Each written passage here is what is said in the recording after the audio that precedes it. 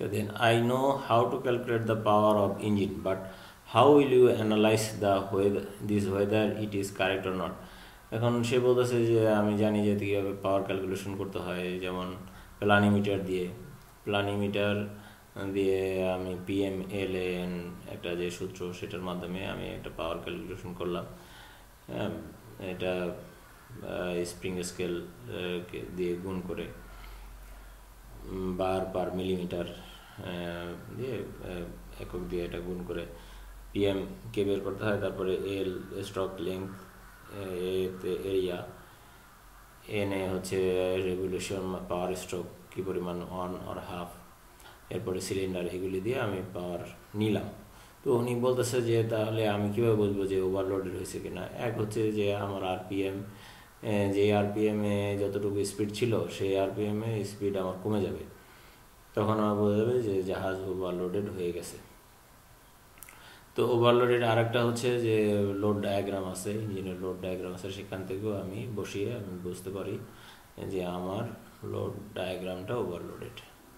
How you know your ship is overloaded, এই একই question, answer হয়ে গেছে already. Half head also engine can be overloaded, how do you know, slip or load diagram, slip অথবা load ডায়াগ্রামের মাধ্যমে জানবো। আচ্ছা, 65 number question, once you have joined as chief engineer, there are too much breakdown in engine room, then how do you motivate your crew? আমি ক্রুদেরকে কীভাবে করবো, প্রচুর পরিমাণে ব্রেকডাউন হচ্ছে, আমি রুট কজকে আইডেন্টিফাই করার চেষ্টা করবো, রুট কজ যদি পাই ওইটাকে রেকটিফাই করার চেষ্টা করবো, সাফিসিয়েন্ট রেস্ট দেবো। এখানে আইএলওর উপরে জিজ্ঞাসা করছি, ইন্টারন্যাশনাল লেবার অর্গানাইজেশনের উপরে, যে তাদেরকে রেস্ট দেওয়া হচ্ছে, সাফিসিয়েন্ট রেস্ট দেওয়া হচ্ছে কিনা। 2 টাইম তাদের রেস্ট দিতে হবে, এক টাইমের মধ্যে তাদেরকে 6 ঘন্টা অবশ্যই রেস্ট দিতে হবে। এই সমস্ত জিনিসগুলি কনফার্ম করতে হবে। তাদের ওয়েল ফুড দিতে হবে, ভালো খাবার দিতে হবে, দেওয়ার চেষ্টা করতে হবে। তাদেরকে মোটিভেট করতে হবে যে তোমাদের এই সমস্যাটা বেশি দিন থাকবে না, আমাদের আর একটু কাজ হইলে আমাদের শেষ হয়ে যায়, তোমাদেরকে ছুটি দেওয়া হবে, এই ধরনের মোটিভেট করা যায়। আরেকটা হচ্ছে যদি এরকম সমস্যা থাকতেই থাকে, দেন আমরা কি করতে পারি, আমরা অন্য আরও ইঞ্জিনিয়ার অথবা ওয়ার্কশপ হেল্প নিতে পারি, কোম্পানিকে বলে যে আমার অনেক সমস্যা হচ্ছে, সো আমার আরও বেশি ম্যান পাওয়ার লাগবে, সেই অপশনও খোলা থাকে। তারপর উনি জিজ্ঞাসা করেন, you have joined the same ship after vacation, what will you check?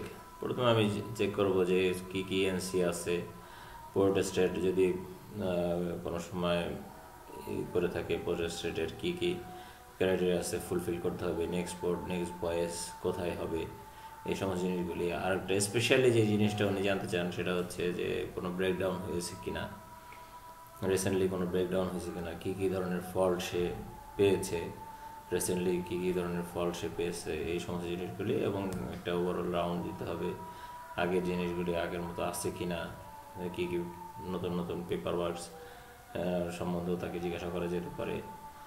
Second engineer সম্বন্ধে জিজ্ঞাসা করতে পারে, যারা ক্রু তারা কীরকম সেটার সম্বন্ধে জিজ্ঞাসা করতে পারে, এই জাহাজের সুপারকে সেই সম্বন্ধে জিজ্ঞাসা করা যেতে পারে।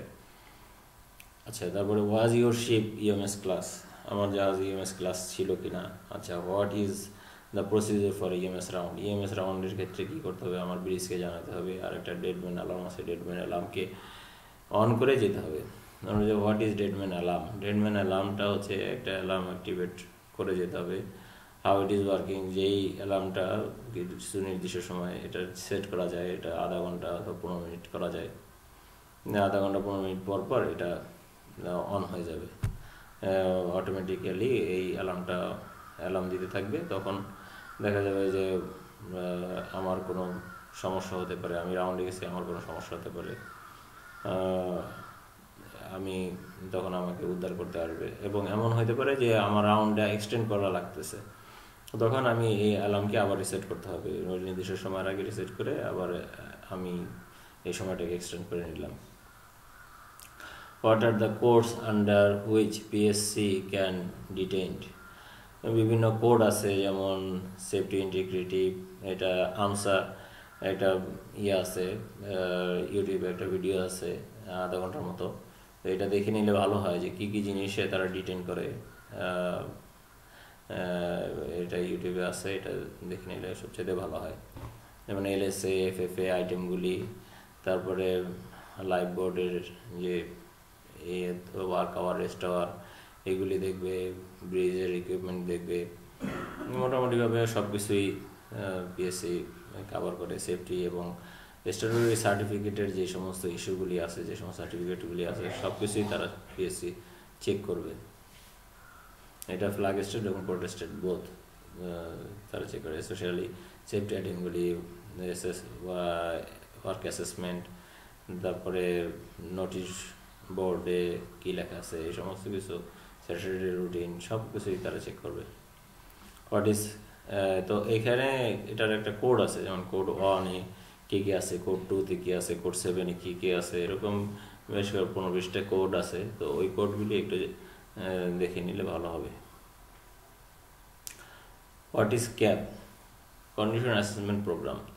ক্যাপ হচ্ছে কন্ডিশন অ্যাসেসমেন্ট প্রোগ্রাম। এর সাথে আর একটা জিজ্ঞাসা, হোয়াট ইজ ক্যাস? ক্যাস হচ্ছে condition assessment scheme. Condition assessment স্কিমটা হচ্ছে শুধুমাত্র হালের উপরে, হালের কন্ডিশনটাকে অ্যাসেস করা হয়, এবং এটা সাধারণত সিঙ্গেল হাল।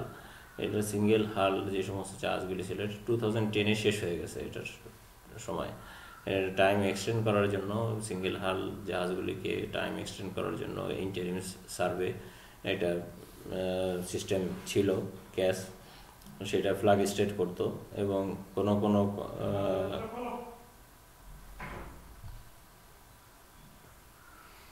আচ্ছা, কন্ডিশন অ্যাসেসমেন্ট স্কিম এটা হচ্ছে সিঙ্গেল হাল জাহাজের অপারেশন যাতে আর একটু বাড়ানো যায়, অপারেশনের টাইমটা বাড়ানো যায়, সেই জন্য সেটা 2010-এ শেষ হয়ে গেছে। আর ক্যাপটা হচ্ছে, ক্যাপটা দুই ধরনের কন্ডিশন অ্যাসেসমেন্ট প্রোগ্রাম। এটা কন্ডিশনটা অ্যাসেসমেন্ট করা হবে দুইটা জায়গার, একটা হচ্ছে হাল এবং মেশিনারিজের। ক্যাপ হাল, ক্যাপ মেশিনারিজ। এটা সার্ভের, ক্লাস সার্ভের এটা ক্যারি আউট করে। এটা সাধারণ যে সার্ভে হয়, ক্লাস সার্ভে, সেটাই এই ক্যাপটা। তো ক্যাপের মধ্যে তারা ক্যাটাগরাইজ করে স্যাটিসফ্যাক্টরি, তারপরে হচ্ছে ভেরি গুড, গুড, স্যাটিসফ্যাক্টরি, আনস্যাটিসফ্যাক্টরি, এই 4টা ক্যাটাগরাইজ করে। ক্যাটাগরাইজের মাধ্যমে আমরা জানতে পারি যে আমাদের জাহাজে কি পরিমাণ কাজ করা লাগবে বা আদৌ কাজ করা লাগবে কি না। Then how often you are sending for lubricating testing. এটা কোম্পানি টু কোম্পানি ভেরি করে। কোনো কোনো লুব্রিকেশন 3 মান্থলি দেওয়া লাগে, কোনো কোনো লুব্রিকেশন 6 মান্থলি দেওয়া লাগে। এটার ইউজের উপরে নির্ভর করে। কোনোটা ইয়ারলি দেওয়া লাগে, ইয়ারলি সবগুলি দেওয়া লাগে।